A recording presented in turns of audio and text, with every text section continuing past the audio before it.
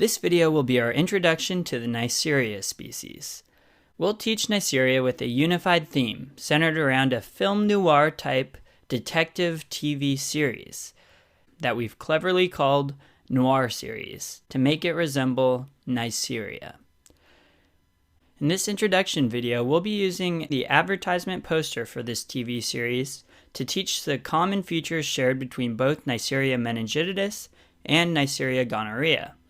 Then we'll use two separate scenes that take place within the TV show to cover the unique features of meningitidis and gonorrhea separately.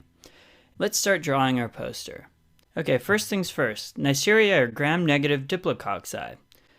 Know what else are shaped like diplococci that fit nicely into our TV series? Handcuffs.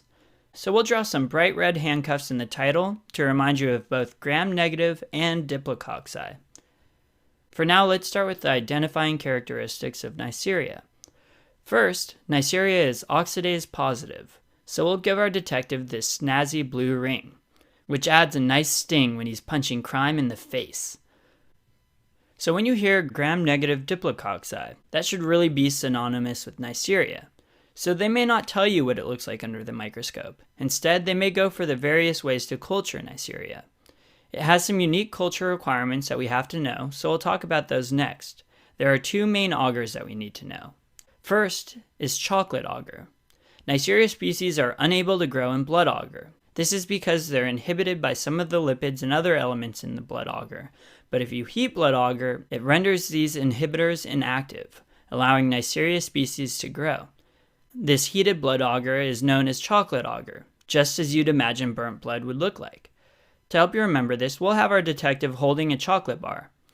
That's his thing. He loves chocolate, and he's always eating it, even at the gnarliest crime scene. He's that cool.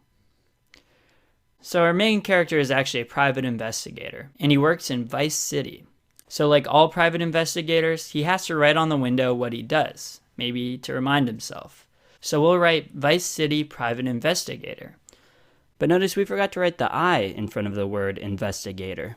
And because of this, if you look at the first letters of the signage, it spells VPN. And VPN is the special agar we need to know. It's enriched with vancomycin, polymyxin, and nystatin. That's the VPN. So the most important element of any successful TV series is having great characters played by stars. Well, our star is Thayer Martin, and he's playing Mac, the private eye. We chose to make the lead actor named Thayer Martin because it sounds like a celebrity's name, and it's also another name for VPN agar that examiners may use. The more important part to remember is our character, Mac, the private eye. We're using his name to tie in an important immunology topic about Neisseria. Do you remember what deficiency causes increased susceptibility to Neisseria species? Complement deficiency, specifically of C5 to C9. When patients are deficient in these complement factors, they're unable to form the membrane attack complex, or MAC. So that's Mac the detective. To help you remember that the complement deficiency is specifically C5 to C9, we're going to say that the show runs from 5 p.m. to 9 p.m., a typical slot for a primetime show.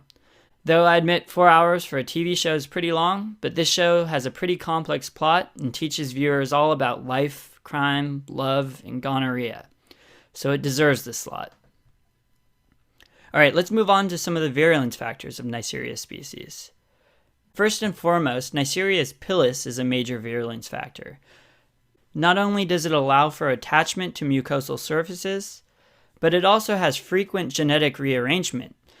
And because of this, the pili display antigenic variation, which makes it difficult for our immune system to target Neisseria and prevents any lasting immune response.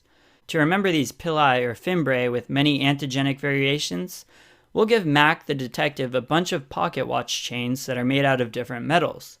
These multiple colored fimbriae will help you remember why Neisseria is so good at evading our immune system.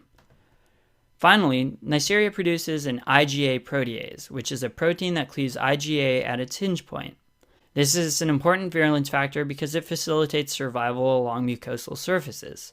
We'll use a variation of the same IgA protease symbol we used in strep pneumo and stick this ACE in Mac's hat. This ACE is for IgA protease. Notice that the suit is actually a picture of an IgA dimer. Alright, and that's it for the poster and all of the common features of the Neisseria genus. Now click on over to the next two videos to watch Mac in action.